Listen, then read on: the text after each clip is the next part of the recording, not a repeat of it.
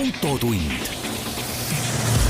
See on saade sulle, kui sul pole päris ükskõik, millise autoga sa sõidad. Autotunni toob teieni Inbank. Inbank on nutikas valik väiksemate igapäevaostude või suuremate tulevikku vaatavate investeeringute jaoks. Enne finantsteenuse lepingu sõlmimist tutvu tingimustega ning vajadusel pea nõu. Tere kuulajad, Autotund eetris, stuudios Tarmo Tähepõld, Martin Mets Geenius uudisteportaalist ja võtame kokku möödunud nädala autoteemad. Üks põhiteema meil on taaskord automaks. Vast igas saates sellest ei räägi, aga kuna see aasta lõpp nüüd selline pingeline on, 1. jaanuarist jõustub, siis erinevaid teemasid sellega seoses tuleb. Räägime ühest giftist oksjonist, mis oli Ameerikast ja räägime põgusalt Alfa Romeo Giulia uuenenud versioonist, millega ma sõitmast käisin. Aga meie nädala sündmus tuleb, minul tuleb see sellest professionaalne kretinism, selles mõttes võib-olla ei ole päris aus, sest et mina olen igapäevaselt selle sees ja pean sellega tegelema ja arutama. Aga üks asi, mis häirib, või ütleme, vanusest tulenevalt asi number 422, mis mind häirib, on see, et arutelu nagu elektriautode ja sisepõlemismootoriga autode vahel ei ole umbes, viimased 5-10 aastat tegelikult absoluutselt muutunud. Ja see läheb nagu jõle tüütuks. Ma pean siis silmas seda, et tuli mul praegu meeld sellest, et panime üles selle G-klassi Mersu loo. Lihtsalt proovisõidu lugu, tavaline, eks ju, plussid, miinused nagu ikka. Ja ma tegelikult ei käi kommentaare lugemas väga. Mõnikord satun lihtsalt, järgmist lugu Facebooki tõstes näen, et eelmise all on midagi öeldud ja siis pilk jääb peale. Ja siis oli kommentaar, selline klassikaline, millal te juba lõpetate selle elektrisõnniku propageerimise. Tegemist ei olnud isegi mitte propageerimisega, vaid tegemist oli proovisõiduga. Ja siis madalad kired minust ärkasid. Ei ma sinna nagu vastu lärmama ei läinud, aga ma lugesin seal veel kommentaare. Ja see kõik on täpselt sama. On paar elektriauto fänni, kes ütlevad, et ainult kodus laevad, avalikes laadias paar korda aastas ja siis see pool tundi või tunnike tulebki kõik see sama. Ja siis on need teised, kes siis arvutavad välja, kui palju nende auto maksab ja kuidas nemad tangivad 2 minutiga.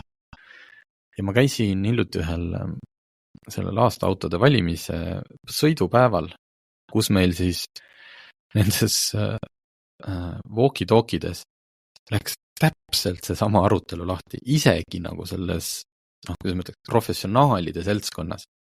Juba jälle täpselt selleni, et selle autoga saab nii, seal oli nii elektri- kui bensiinimootoriga autosid ja siis hakkas pihta, et aga ma ikkagi sellega oleksin juba Poolas väljas ilma ühegi laadimiseta oma selle diiselmootoriga autoga ja võib-olla asi on selles, et ma lihtsalt olen iga päev selle sees, aga see on nii jube tüütu, et see kõik on nagu ammu öeldud, et need faktid on olnud täpselt samad, viimast 10 aastat.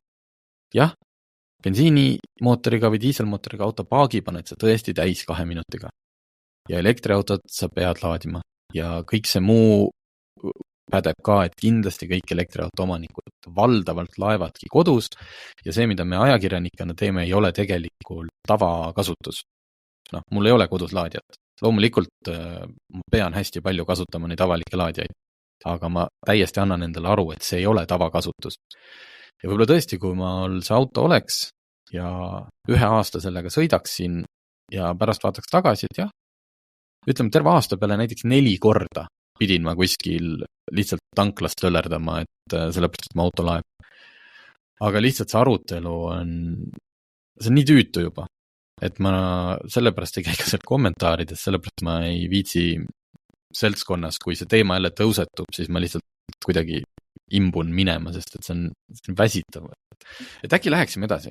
Räägiksime räägiksime, ma ei mõtle saatega lähme ka kohe edasi, aga räägiksime, ma ei tea, rohkem sellest, et kui kaugel on ikkagi siis akude taaskasutus ja kui kaugel on need kõikide haruldaste muldmetallide vabad akud ja kõik see, et nagu viiks arutelu natukene edasi.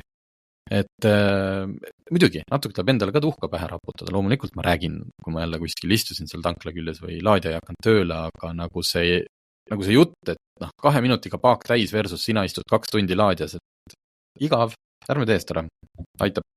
See ei ole kellelegi uudis.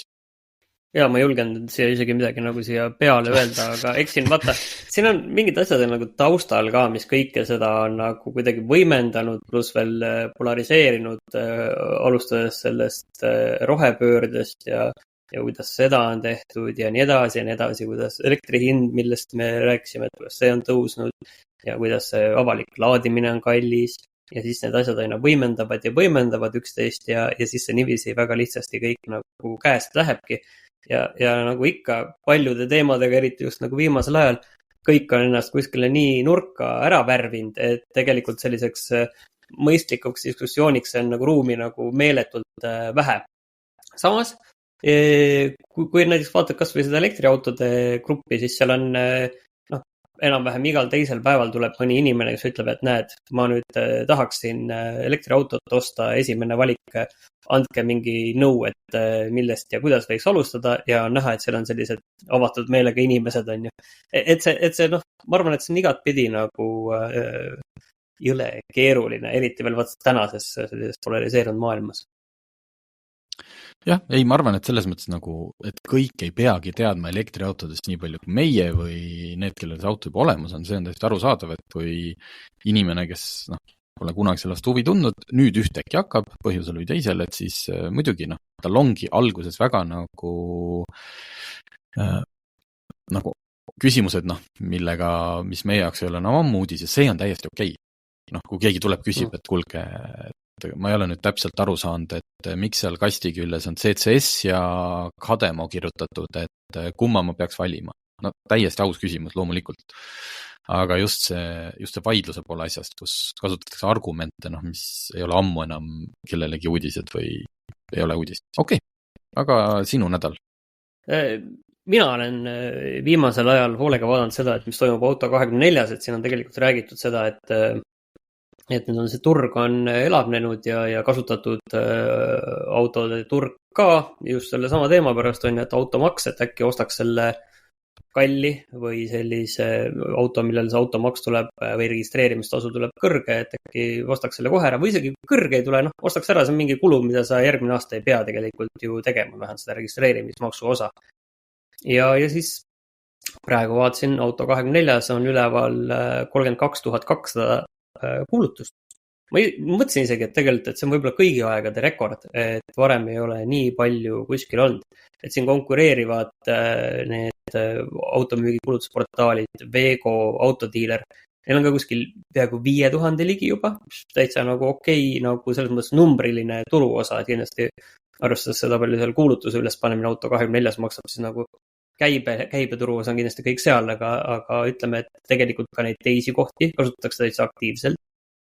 Aga see tegelikult ei ole rekord, ma isegi vaatasin, et selle aasta maikuus oli olnud 33 000 kuulutust üleval Auto24 ja 2022 näiteks võrdluseks oli 22 000, et täna on 10 000 kuulutust rohkem üleval kui siis 2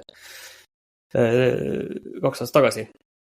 Ja tegelikult üks asi veel, et lihtsalt Auto24 saab vaadata neid kuulutusi, mis on viimase päeva jooksul üles pandud, eraldi filtreerida välja. See on näha, et viimase päeva jooksul on pandud mingi 750 kuulutust. Et see tähendab seda, et 100 tuleb päevas sinna keskmiselt projekti juurde, et siis 650 kuulutust on need, kus auto on maha müüdud või on siis kuulutus maha võetud, et ei ole asjaks läinud. Et tegelikult see dünaamika seal taga on ikkagi väga võimas, kui ligi 1000 autot, ütleme, 500 on võib-olla reaalne see, mis nagu päevas nagu kuskil omanikku vahetab.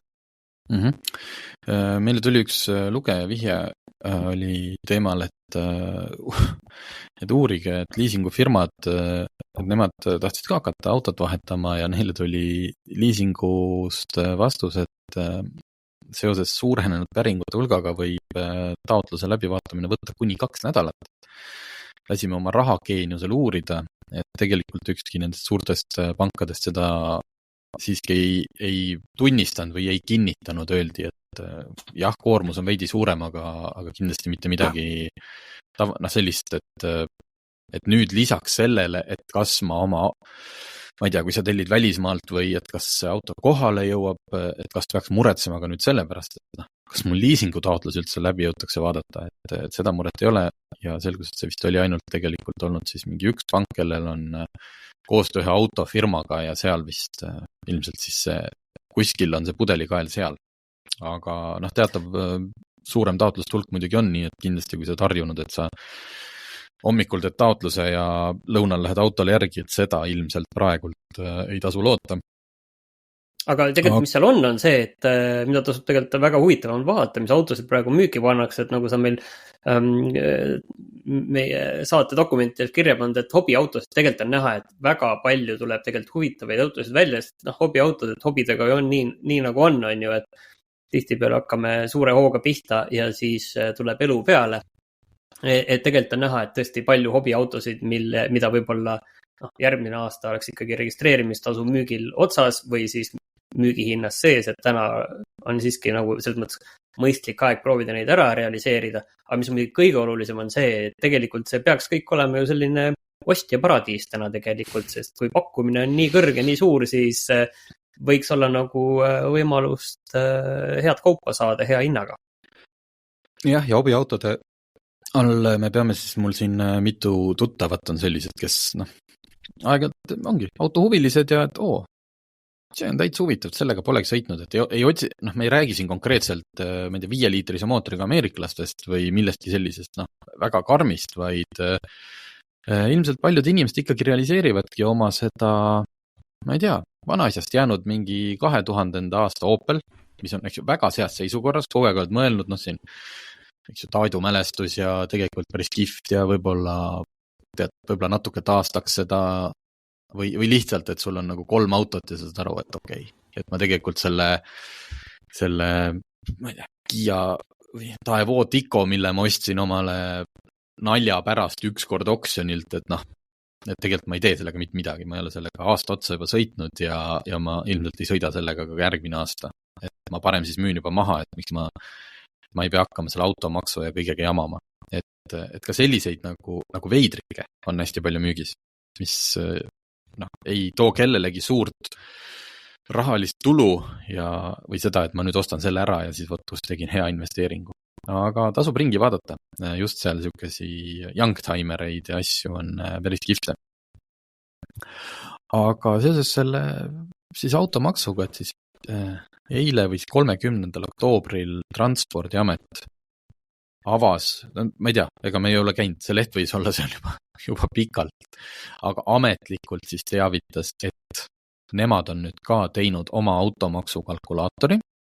See on oluline sellepärast, et see on see kalkulaator, mille põhjal nüüd just päriselt hakatakse seda automaksu arvestama, et siiani need kalkulaatorid on olnud need, mis Rahandusministeerium tegi, on ju enda mingi sellised valemid ja asjad ja kus enam-vähem midagi tuli ja ütles, et mille põhjal seda tehakse ja siis entusiastid tegid need kalkulaatorid nende andmete põhjal valmis, aga nüüd on ka selline riiklik kalkulaator, mis on olemas nii Maksuametis kui ka siis Transpordiameti lehel mõlemas kohas. Just, et kontrollisime siis mõned autod lasime läbi nii Transpordiameti kui siis nendest inimeste õhinapõhistest kalkulaatoritest ja selgub, et ma ei tea, mis me oleme kasutanud, see on roheauto oma ja vist kas äkki autodiileri või Veego lehel oli ka, et on progejad õigesti asjast aru saanud, et me ei leidnud, ei olnud erinevusi, et nüüd kuskil keegi oleks seadust või neid asju täiesti teistmoodi tõlgendanud, kui tegelikult Transpordiamet mõtles, nii et suures plaanis jah, mitte midagi muutunud, et kui te olete oma autosid või planeeritavat ostu teinud selle erakalkulaatoriga, siis tõenäoliselt olete te saanud õige tulemuse ja seal midagi ei muutu. Küll aga on seal siis mootorsõiduki maksu lehel hästi palju nüüd kontsentreeritult kõik need asjad, mis on muidu siin avalikustatud mingite PDF-idega ja seadust ei jaksa keegi eales lugeda, püütud kokku panna hästi kontsentreeritult. Et kellel veel mingeid küsimusi on, siis tasub sinna Transpordiamet. Kirjutage Google'is, ma ei hakka seda pikka veebilehte ette lugema. Aga ma arvan, et kui sa paned Transpordiamet, mootorsõiduki maks, siis seal on tänaseks juba nii suur liiklus peal, et Google juhatab su õigel lehele. Seal on siis aastamaksu, registreerimistasu ja lisaks ka selle kohta, mis tekitab võib-olla isegi siin jätkuvalt päris palju paanikat, ehk siis need fantoomsõidukid ja peatatud registrikandega autod.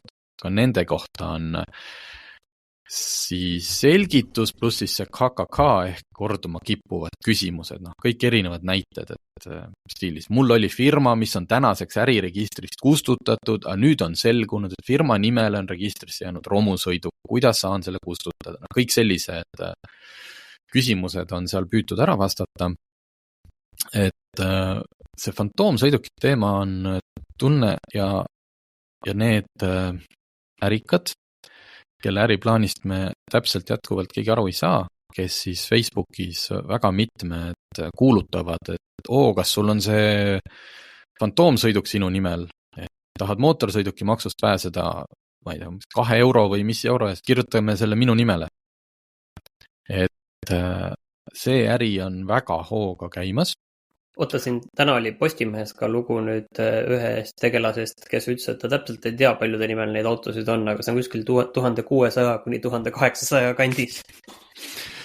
Jah, viitsid skeemi lahti seletada, aga see on vist see, et see omaniku vahetus jäetakse kuidagi õhku, et üks ei kinnita ja teine ei kinnita või ma ei tea. Aga... Kuigi mina olen aru saanud, et see omaniku vahetus tuleb ju ära teha mingi X 5 päeva jooksul ja siis just, ja selles mõttes tegelikult, see ei saa ju õhku jääda, sest inimene, kes tahtis sellest autost lahti saada, kui tal on nüüd siis ostu-müügileping, siis peab olema selle fantoomiärikaga olemas, siis ta selle ostu-müügilepingu abil saab ju Transpordiamet teeb ise siis selle kinnituse ära.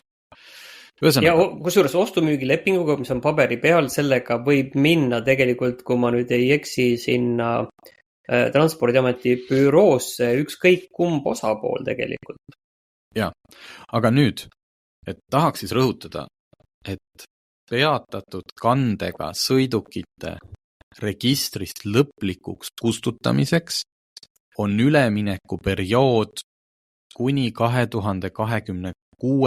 aasta lõpuni, mil neid sõidukeid ei maksustata mootorsõiduki maksuga. Ja isikutel on võimalus neid liiklusregistrist kustutada. Seal on jälle sealt Transpordiameti lehelt leiab juhisid, tõenäoliselt teha mingi taotlus. Seal on need, et kas on mingi, et lammutustõendit ei pea esitama ja kõik need asjad, et seal natukene tuleb paberitööd ja taotlusi teha, aga see, et sul nüüd 1. jaanuarist lajatatakse mootorsõiduki maks nii-öelda fantoomsõidukile, mida ei ole enam olemas, mille registrikanne on peatatud, aga see on jätkuvalt sinu nimel. Seda ei ole. Selle liiklusregistrist saab lõivuvabalt lausa kustutada kuni 2025. aasta lõpuni. 2026 aastal maksab selle sõiduki kustutamine 15 eurot ja alates siis 2027. aastast 800 eurot. Aga kuskil seal on see automaatne kustutamine veel ka ju? Ma ei tea, ma arvan, et kui me hakkame praegu siin saates laivis seda asja seal studeerima, siis me jookseme natuke kokku, sest seal on nii palju erinevaid neid ju tingimisi, kas inimesel on dokumendid alles, kas tal ei ole, kas lammutustõend, kas enne 2004. aastat, et selle peab igaüks nagu ise omal selgeks tegema. Aga... see oli ikkagi üks asi nagu oli, et kuni 7 aastat peatatud selle registri kandega autod siis mingi hetk kustutatakse automaatselt. Automaatselt, jah. Aga sellega on nagu see naljakas asi, et tegelikult kui me mõtleme jälle selle automaksu ja selle põhjenduse peale, siis alguses oli hästi palju seda juttu, igal pool tead talude ümber on tead 20 romu ja need siin mädanevad ja see on selline ökokatastroof. Ja siis ilmselt nendel kõikidel autodel on ammu juba need registrikanded peatatud. Muidugi. Ja nüüd öeldakse, et okei, aga me tegelikult, te ei peagi nendega midagi tegema, vaid kui need on 7 aastat niisama seisnud, siis me lihtsalt kustutame nad lõplikult registrist ära ja ongi kõik. Ja need romud võivad teile sinna talu ümber edasi jääda. Et mul tuleb hästi meelde üks rahanduskomisjoni juhi Anneli Akkermanni sõnavõtt selle kohta, et kuidas see on ikka väga oluline, et nendest romudest lahti saaks. Ja tegelikult ma arvan, et see on jumala nagu põhimõtteliselt nagu õige asi, et muidugi neid romusid ei pea nagu igal pool nagu olema ja või vähemalt inimesel võiks mingi koormis sellega olla, kui tal need romud seisavad seal kuskil kas või ma ei tea, eriti veel linnas on ju, talu ümber teed, vaata ise, mis teed. Aga tõesti tänavatel, kui need seisavad, siis on ikkagi mõttetu on ju. Aga nüüd kogu see asi langeb ära ju. Oota, aga ma ei tea, näed jälle, siin on vist üks HKK siis puudu. Tõesti, et 2026 aasta 1. juuli seisuga võetakse see ja kustutatakse 26 aasta 1. oktoobril automaatselt registrist sõidukid, mille registrikanne on olnud peatatud vähemalt 7 aastat. Aga kas sulle saadetakse äkki arve 15 euro peale? Et automaatselt kustutatakse, sa ei pea mitte midagi tegema, küll aga oled sa riigile 15 eurot võlg. Ma ei tea, see oli praegult lihtsalt kuklast võetud. Ja siis on veel see, et kui on, okei, ma ei hakka mingi kohtutäiturit, sest ka sellel on siin, et kui on mingi käsutamiskeeld, siis ka sellel on lahendus. Ühesõnaga, jah, aga mulle meeldib see, et mõtle, Martin, me saame 2027 alguses teha uudise, mis peast on, et kui mingi asi tõuseb 15 euro pealt 800 peale, et fantoomsõiduki registrist kustutamise hind tõusis, ma ei tea, 4200%. Pealkiri, mis ka pealkiri on. Ja umbes nii palju see tulebki, jah, vist. Et 15 euro pealt 800 pealt. Nii et püüdke oma siis kõik asjad korda saada enne 2027. aasta 1. jaanuari.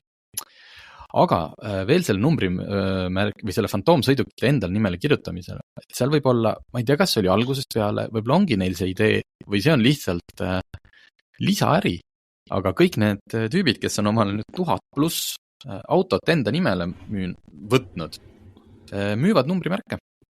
Sest paljudel on seal sellised, muidugi seal ei ole selliseid numbrimärke nagu Genius 1 või ma ei tea, mis võiks olla 666 kurr, aga paljudel inimestel on mingid numbrimärgid sümpaatsed. Võib-olla, ma ei tea, kunagi oli, kui Eesti numbrimärgid tulid, siis ma ei tea, Hiiumaal oli number hash, näiteks tahad sellist omale. Ja näed, fantoomärikal täpselt seal. Mis see põhjendus seal oli? Miks? Miks? Mis ha?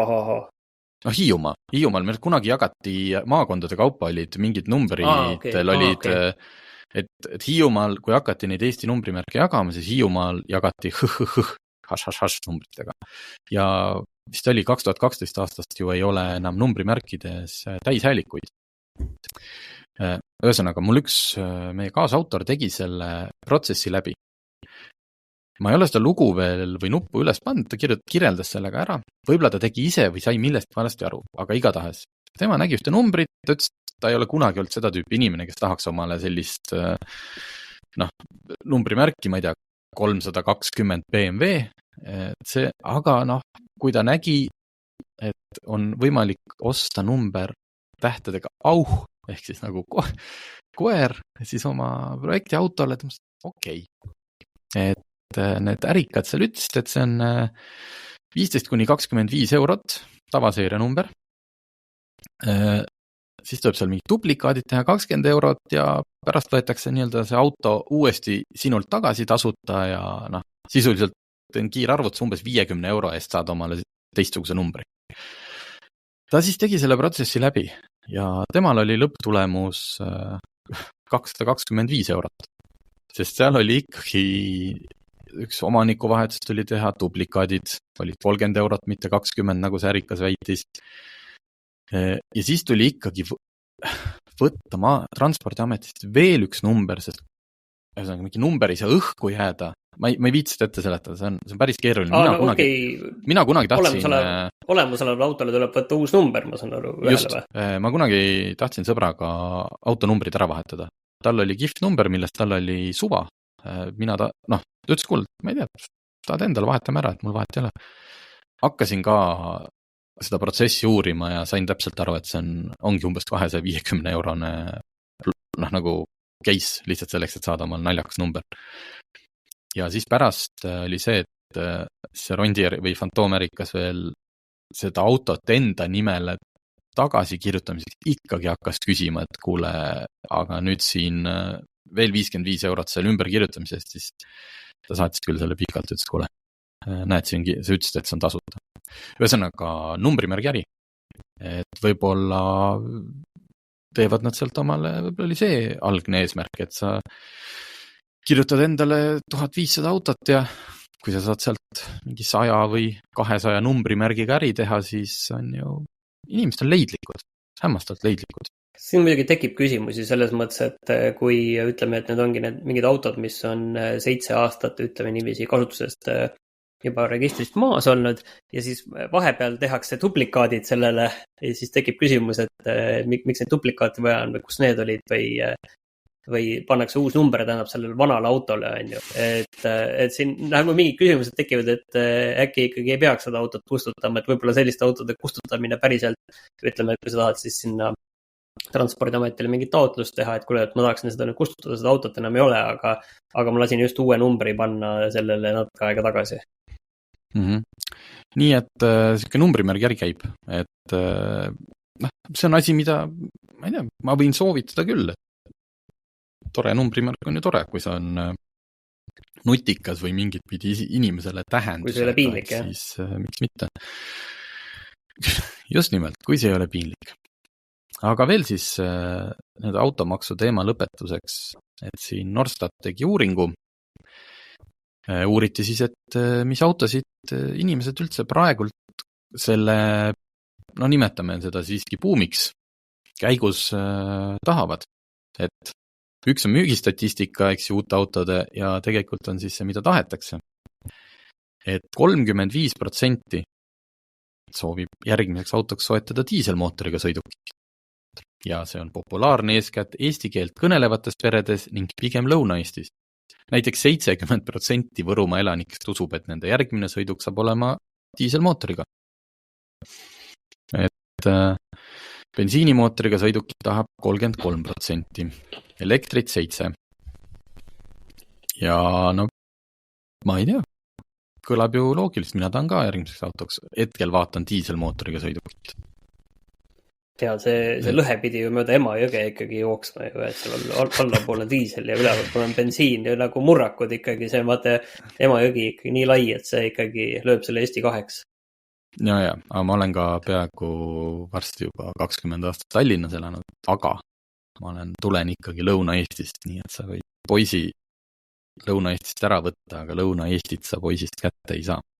Loomulikult see on nagu uuringud ikka, eks ju, valimisuurus 1000 vastajat, et see nüüd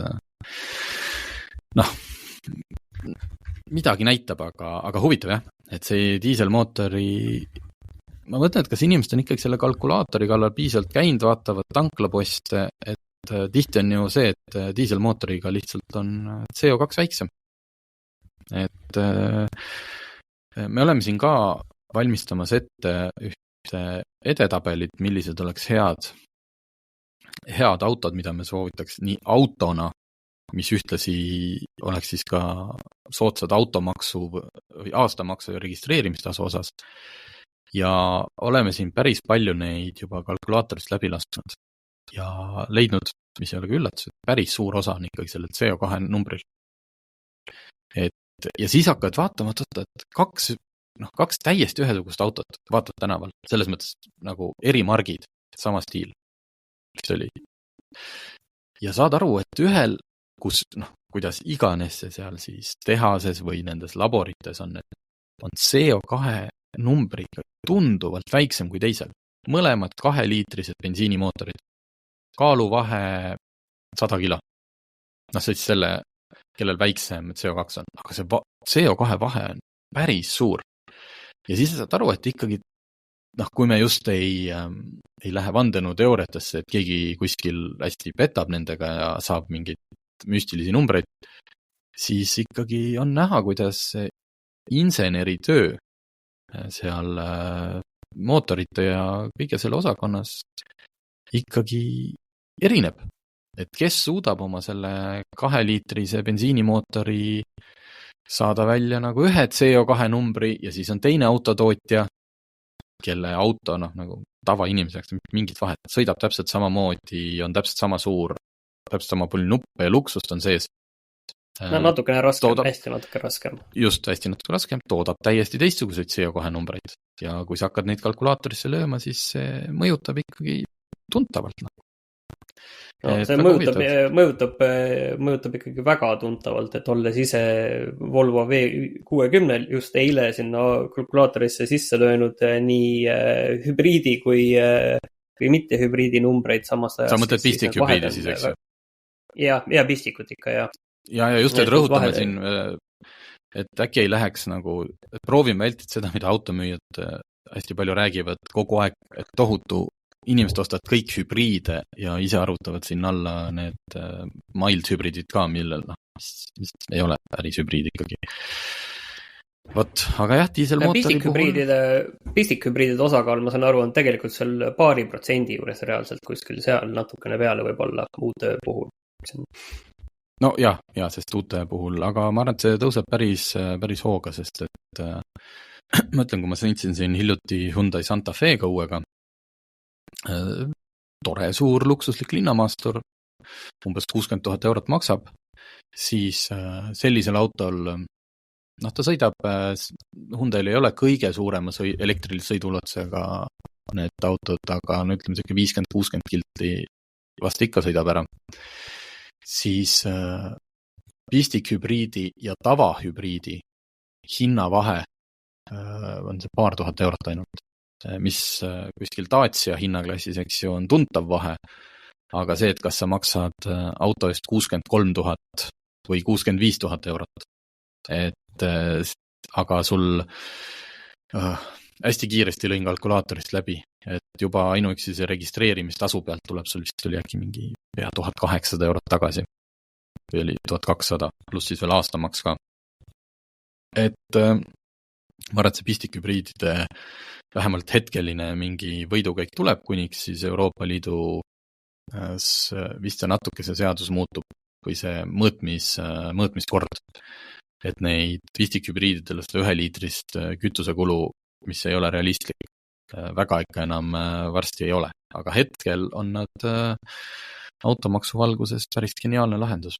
Ja, kui ametlikud numbrid on sellised, siis ametlikud numbrid on sellised ja ka neid ju keegi enam ära ei võta, et neid saab võtta ilmselt ära ju ainult uutel autodel, ma arvan, mis tulevad müüki pärast seda, kui see on ümber tehtud. Just.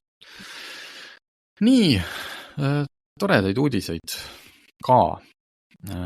Näiteks nädala lõpus, ehk siis nüüd siis novembri algus avatakse lõpuks Tondi liiklussõlm, mis kindlasti, olles seal juba käinud uudistamas, ma arvan, et me saame sellest teha paar lugu.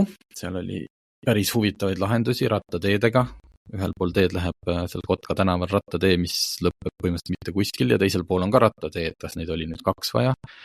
Kas seal on mingi pikem plaan, et ta lõpeb seal garaažide juures, et kas need garaažid on plaanis lähiajal võib-olla sealt, eks ju, mingi hetk likvideeritakse, et siis saab seda rattateed edasi teha, aga pluss seal üks vasakpööre tundub veider ja et saab nokkida küll, aga uudis iseenesest hea, sest see oli väga oluline liiklussõlm ja väga paljud inimesed pidid tegema ringe ja äkki see leevendab natuke seal kesklinnas Paldiski maantee pool ka seda ummikut, et inimesed ei pea sõitma seal Tondilt ringi enam. Ja no see on ka ikkagi, tänapäevases linnas ikkagi normaalne, et autotee läheb ikkagi kas rongide pealt või alt, mitte ei ristu keset linna. Ja see oli veel eriti, see oli ju mäe peal, see oli siuke tõusuga ka nagu... Ja, väga halb nähtavus kõrval on veel peale selle kohe Tondi peatus, raudteepeatus, kus rong seisab ja siis hoiab kogu seda liiklust kinni kuni kogu selle aja, kuni see rong seal seisab, on ju tõkkepuud all. Aga eriti kui see rong liigub Tallinna poole. Aga seest läheb remonti Kanama viadukt, mis on siis seal kuskil laagrikandis ja lihtsalt teadmiseks, et see on vist järgmist nädalast, loomulikult kogu liiklus suunatakse ümber seal.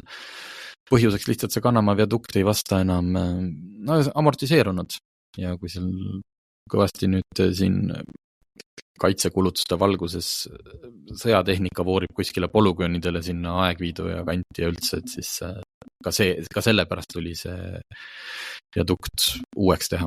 Nii et see on kevadeni on siis seal paras segadus. See vist siis, kui ta 80-ndatel tehti, kui ma nüüd õigesti mäletan, siis see oli ikkagi üks uhkemaid viadukte üldse, mis enam-vähem Eestis minu meelest oli ja selliseid Tallinnast väljas ikkagi üks võiks öelda, et ikkagi ilmselt üks ainulaadsemaid üldse, aga nüüd ime, et see üldse nii kaua sellisel kujul on nagu vastu tegelikult pidanud. Ja siis... Aga ütleme, et seda segadust ilmselt tuleb seal päris palju, sest sinna tulevad ju foorid, sinna tulevad foorid nii Tallinna ringilt sinna Keila peale, Saue peale, kui siis ka Tallinn-Pärnu suunale, et ilmselt see tundub, et kogu seda piirkonda oleks nagu mõistlikum üldse nagu vältida, aga seda on väga keeruline teha, et sa saad vältida seda niiviisi, et Tallinna ringilt keerad enne ära, see on siis Rapla peale ja keerad varem ära ja kui sul on vaja kuskile sinna Pärnu peale saada. Aga ma ei tea kas seal nagu on mõtet või ei ole tegelikult. Ja siis, küll mõnevõrra sellise populistliku teatena, aga kui me siin viaduktidest räägime, siis Tallinn saatis eile pressiteate, et Kadakatee viadukti ehitamisel läheb kõik hästi ja plaanipäraselt. Et see ka ilmselt väga paljust inimest puudutavad ja ma loodan, et teie süda nüüd hõiskab sees, te teate, et seal läheb kõik plaanipäraselt. Millal iganes see avatakse. Kus see Kadaka viadukt nüüd on? Mul ei jooksu üldse Tähetorni juures, kui sa lähed Kadaka puiesteed, pidi see pikk tee, mis siis lõpeb ka laagris. Kui sa tuled sealt Maanteeameti juurest või Transpordiameti juurest sealt tagant, hakkad laagrisse sõitma. Seal vahepeal Tähetorni tänava juures oli see viadukt. Et see võeti täitsa maha ja uued betoonkehad on juba valatud. Aga ma arvan, et me kogu seda Tallinna linna tubli tööd kiitvad pressiteadet siin ette lugema ei hakka. Ma juba tegin lahti ka video, kus on 54 minutit YouTube'i selle ehitustööde avaliku tutvustamise kohta. Tore. Aga paneme selle saate lõpus käima. Jätame saavad kuulda seda unejutuks, ma tean, mul on paar tuttavat, kes kuulavad autotundi nii-öelda une. Ma loodan, et mitte sellepärast, et see on igav, vaid sellepärast, et see on nii rahustav meie jutt siin. Et siis lõpuks saad kuulda viadukti ehitust. Aga ma loodan, et see ei jää nüüd niisama naljaks, vaid sa ka päriselt paned selle sinna lõppu, mul on sulle kohe lingi. Nii, aga siia kohta ma ütleks vahele. Ma unustan seda ja ma tean, et kõik professionaalsed podcasti tegijad teevad seda. Et palun Spotify's või kus te kuulate, pange ikkagi subscribe, pange like, pange hinne. Et see aitab meie saatele esile tõsta ja jõuab siis ka teie feedi kohe, kui uus saade üles läheb.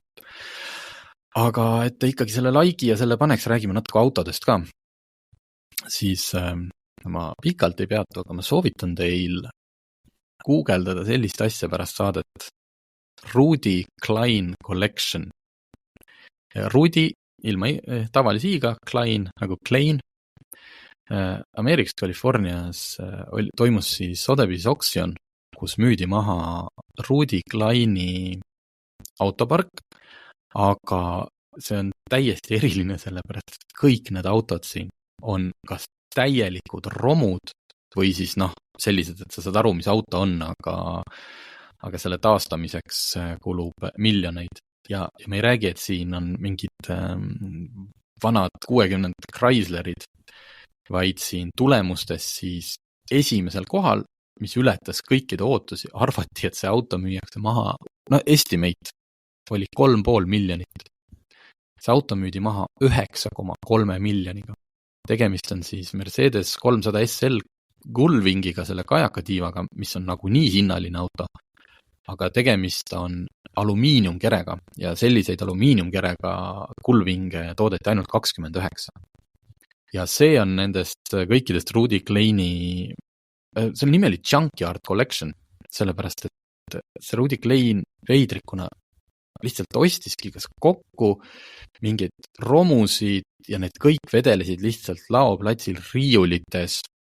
Et see Gullwing on üks korralikemast neist, et kuulasin ühte podcasti, kus saatejuhid käisid ise seal koha peal neid autost vaatamas, et see, no muidugi see Gullwing vajab ka täielikku restaureerimist, aga ikkagi sisu on olemas ja mingid aastad tagasi oli see ikkagi sõitev auto. Siis Mercedes 500K, mingi eriversioon, läks 4 miljoniga ka täiesti näeb välja sõitev auto, siis üks Horsch, mis müüdi maha, Horsch 855, 3,3 miljoniga. Seda mulle kolleeg korral ütles, et tegelikult see auto vahepeal oli 30 aastat. See on nendest, see on täielik läikiv korralik auto, oli laenatud Audi muuseumisse. Et kõik inimesed, kes seda Audi muuseumisse viimasel ajal nägid seda Horschi seal, et see tegelikult on sealt samast Rudi Kleini collectionist. Aga kui neid oksjoni tulemusi siit järjestad hinna järgi ja hakkad allapoole minema, siis see pilt läheb aina kihvtimaks. Kuskilt pukkidele tõstetud Lamborghini Miurad, Porsche 356, siin on veel neid Mersu 300-sid. Ja see läheb aina allapoole, see läheb aina hullemaks. Nii et kui seal lõpuks on näiteks Lamborghini Miura mootor koos osadega, on müüdud maha 200,000 euroga. Siin on põhimõtteliselt põlenud frakke ja mingeid, sisuliselt ainult raame. Aga jällegi sealt podcastist ma kuulasin, et need ostetakse ära ja nii kõrge hinnaks, sest paljud restauraatorid vajavad sealt põhimõtteliselt nad vajavad sealt seda VIN-koodi või seda VIN-plate'i, kui sul see on olemas. Hästi piltlikult öeldes, kui sa saad kuskilt mingi Ferrari 250 GTO VIN-plate'i, sa võid ehitada selle, põhimõtteliselt selle Ferrari lihtsalt üles täiesti nullist, aga sul on see VIN-plate olemas, sa saad võtta selle arvele kui Ferrari 250 GTO. Muidugi ta ei ole võib-olla lõpuks sama hinnaline kui mingi võidusõidu ajalooga täiesti, ühtegi avariid mitte teinud 250, aga sul on ikkagi päris mitmekümne miljoni eurone auto. Et lihtsalt selliseks lõunaseks kohviks või kuidas te millal iganes aega maha võtate, vaadake Rudi Klein Collectioni oksjoni tulemusi, see on jube kihvt. Mida müüdi 10 või 100 tuhandete eurodega maha? See on natukene nagu ütleme, et maisemate teemadega, et samamoodi oli minul, ma müüsin enda rigavõrri maha siin hiljuti, mis oli seisnud kaua ja siis kõik tundsid huvi, et kas ikka see tähis on ikkagi olemas, see on lihtsalt selline mõned numbrid löödud pleki sisse, on ju. Ja siis kõik olid ka, et aga kas saaks pilti sellest? Ma panin, et ma võin siin nurgast teha siin pildi, et see asi on nagu olemas. Ma mõtlesin, et kui ma teen pildi, siis igaüks võib sellise samase pleki juraka endale asemele ise teha. Et ma päris sellest numbrist kellelegi pilti ei saatnud. Vaat, nii, oota, mul oli üks, kus mu teemade leht on. Ma võin autost ka rääkima. Ma võiksin rääkida Alfa Romeo Giuliast pikalt. Lihtsalt see oli üks uue auto proovisõit, kus lõpuks sai nagu võrrelda eelmise mudeliga põhjalikult, sest eelmise mudeliga ma ise olen 2,5 aastat sõitnud. Enamike autode puhul meil ju sellist kogemust ei ole. Aga kahjuks uus Giulia või õnneks on tehnoloogiliselt täiesti sama kui 7 aastat tagasi tehtud auto. Mootor, võimsus, veermik, kõik ja uuenenud on siis esituled, mis on tõepoolest palju ägedamad. Ma tean, et umbes 2000 euro eest ma saaksin omale need esituled, ma ei taha neid. Tähendab, ma tahan, aga... Saaksid need endal vanale, saaksid need osta, ja, need uued tuled. Need uued on niimoodi, jah, lihtsalt nad on niimoodi, et see kere esiosa ei ole muudetud absoluutselt, vaid on ainult tuled muudetud. Nende sisu on niisugune 3 LED-iga palju kurjem ja niisugusem badassim, vabandage selle anglitsismi pärast. Ja muutunud on siis põhimõtteliselt kogu infotainment, et juhi ees ei ole enam nüüd analoogseierid, vaid kogu see juhi ees olev klaster on digitaalne, siis keskekraan on jätkuvalt täpselt sama suur, kui ta on minul, aga seal on loomulikult palju rohkem infot. Kõik on ka puutetundlikuks muutunud, aga saab juhtida ka selle rattakesega, mis on. aga mis ma pean tunnistama, on see, et see kõik oli nii aeglane. Et ühtepidi ma olen täiesti jätkuvalt, et palju heidetakse Juliale ette, superauto, kõik, aga kuidagi nagu aegunud, ka nüüd see uus versioon, kuidagi nagu ikka võtad, istud BMW-s, sa oled nagu ikkagi aastast 2024 ja teise käega heidetakse neile ette nendel BMW-dele. Suur ekraan, nii kirjus, öösel helendab, ma ei leia midagi üles, nupud on kõik, see kõik on nii keeruline.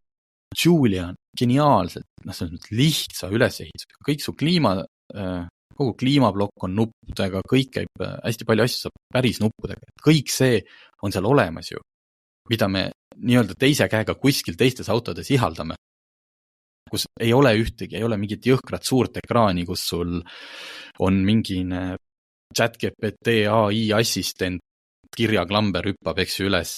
Ei, kõik on mõnusalt siukene analoog ja seal ekraanil ei ole ka väga palju infot, aga selle suurim puudus on see, et ta on lihtsalt nii pagana aeglane ja natuke keerulise selle UX-iga, kasutuskogemus.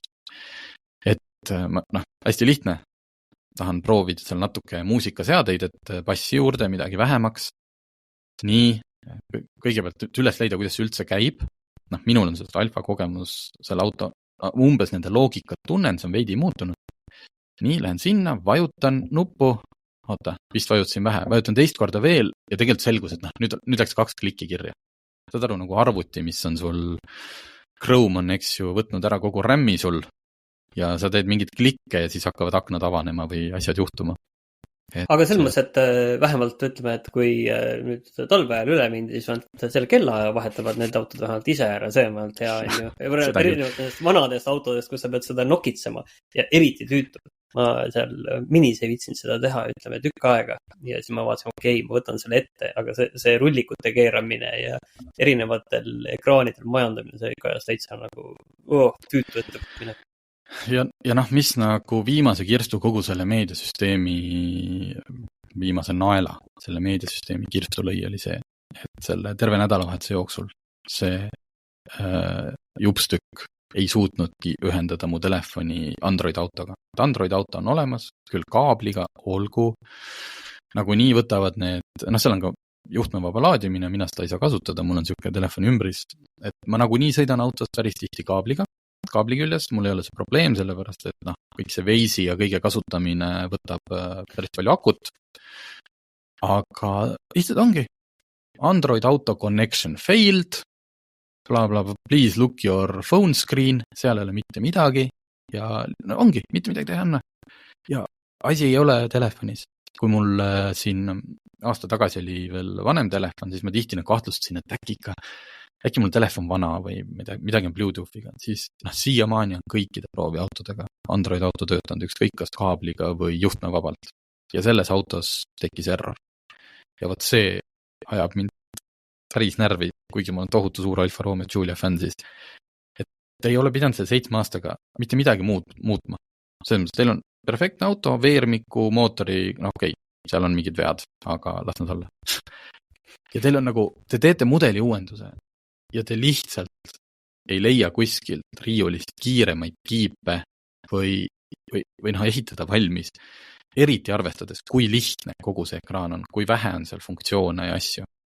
Ja kõik on aeglane ja Android auto ühild. Ma olin natukene pettunud. Sõit oli jätkuvalt, kõik oli super. Proovisin ökotada, eks ju, 280 hobujõuline mootor, 206 kilovatti. Ja tulin Setumaalt tagasi ja sõitsin mega korralikult. Ja siis Tartust edasi veel kuni kiirteeni sõitsin sellest 85 kilomeetrisest kolonnist püsikiirushoidjaga. Üldse ei hakanudki suruma. Täiesti mõttetu. See on nii tore, Veisis näitab täpselt ju mitu kilomeetrit on jäänud 2+2 teeni. Sain 6,1 keskmisena. Täitsa üks teine teema, mis äkki oskad seletada, ütleme, et paadunud autojuhina. Et mis värk sellega on, et ma näiteks eile käisin Tallinnas, sõitsin Narva maanteel, paningi mingi suvalise kiiruse sisse, mingi ökolt 106 panin sisse. Et kaherealine pole vahet ja kellelegi ette ei jää, on ju. ja siis tuleb keegi pikka aega nii vaikselt sõidab, tuleb, sõidab mööda, siis ta keerab sulle ette ja siis ta jääb sõitma aeglasemalt. Ja see mingi nagu, ja siis ma pean hakkama enda seda, kuna adaptiivselt püsikiirushoidjat ei ole, siis ma pean hakkama endal seda püsikat maha võtma, sellepärast keegi tuleb tagant ja siis vaikselt ja jõuab lõpuks ette ja keerab ette ja jääb sinna jokutama. Mis värk sellega on? See on pidevalt selline asi. Ma ei tea. Tõesti kummaline. Vaat, nii et selles mõttes, mis selle Julia eelis on? Eelis on see, et ta ei ole Audi, BMW ega Mersu, näeb palju parem välja, erinevad liikluses, hind on ka päris hea praegu, sellise korralikus varustuses kõik saad kätte umbes 55 või 60 000-ga. Et kõik tipp-top lihtsalt nagu ma tahaks nüüd sellele uuenenud ekraanile ja uuenenud tarkvarale tahaks saada uuendust. Nii. See on jah kõige kehvem lugu tegelikult. Et vähemalt ongi hea, et tegelikult praegu neid asju saab uuendada, aga ikkagi kui mingid asjad on sisuliselt juba välja tulles moraalselt vananenud, siis sellega on küll nagu halb. Ja selles mõttes see kiip on seal ju see, mis ta on, et ega seda kiipi nagu keegi välja ei vaheta ja kui asi on nagu selle taga, siis läheb järgmised 7 aastat samamoodi. Lihtsalt ütlen sulle see saate lõpuks, jätame õhku põneva juhtumi, sellepärast mulle tuli meil Tallinna munitsipaalpolitseilt hoiatustrahv, mille eest, ei tea, käsiti sisse logida kuskile Tallinna lehele, seal ma ühtegi trahvi ei näe, pole öeldud mille eest. See on nüüd küll tore, et nagu selle trahviga kaasas ei ole ühtegi arvet, vaid ma pean minema seda kuskile sisse logima. See on sellepärast, et sa ikkagi käiksid ja vaataksid ära ja annaksid kinnituse sellega, et sa oled selle kätte saanud. See on see trikk ikkagi juures. Super, aga loodetavasti ei ole liiklusega seotud. Aga järgmises saateks pikk põhiteema olemas. Muuseas, ma võin selle lõppu öelda, et ka selle Juliaga sõidu lõpuks jõudis pärast mul esinduselt minu nii kiri ühe mobiilse kiiruskaamera trahviga. Ma olen oma riiki väga hästi toetanud taaskord. Aga sellega tänase saate lõpetame ja kuuleme kunagi jälle. Autotunni toob teieni Inbank. Inbank on nutikas valik väiksemate igapäevaostude või suuremate tulevikku vaatavate investeeringute jaoks. Enne finantsteenuse lepingu sõlmimist tutvu tingimustega ning vajadusel pea nõu.